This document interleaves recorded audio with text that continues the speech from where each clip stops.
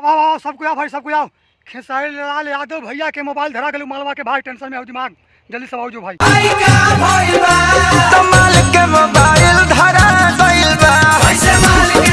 एकरा कहल जाओ बाबू ट्रेंडिंग स्टार हिट मशीन।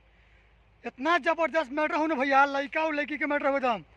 लड़किया है लड़कवा से कहे कुछ कि ढेर दिन पहले से मम्मी के हलो शौक और भौजी के पता हलो फोनवा के लौक और तहर हऊ वाला फोटो सोझा आ गइल बा।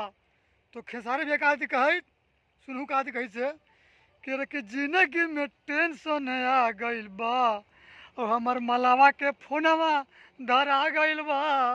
तो माल के फोन धरला के बाद कहाँ टेंशन हो भाई हमरा से पूछे हमरो माल के एगो जमाना में धरा गए हऊ वाला फोटो तो ना हलो लेकिन फोन धरा गए हलो।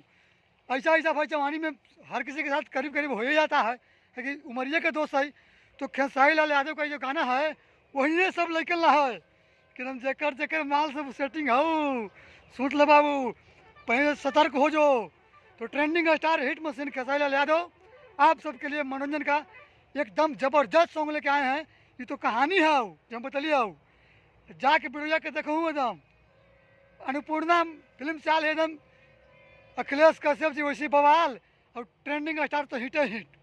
तो दोनों को जोड़ी पर अलग ही पर्दा पर देखूँ खूब प्यार दूँ और इतना प्यार दूँ कि शाम तक गाना ट्रेंड में आवे चाहिए भाई काहे कि ट्रेंडिंग स्टार नामे है और गाना ट्रेंड में ना सुनता हूँ विरोधियन फिर चढ़ न जाती हो और उन्हीं के अभी बोली ही चुप कर ले ठीक ना और चुप का हम कर ले चुप होती कर ले। ट्रेंडिंग स्टार खेसारी लाल यादव जी दिन पर दिन हिट कुछ बोलो हम हिट देंगे समझ गए हूँ।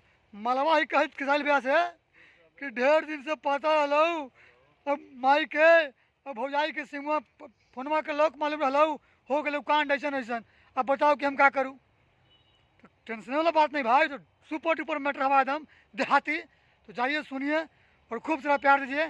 तो नमस्कार प्रणाम रहेगा जय खेसारी लाल रहेगा। वीडियो को शेयर करिएगा भैया और अंकितवा के प्यार दीजिएगा। बाकी माल के मोबाइल धरा गइल बा देख ला।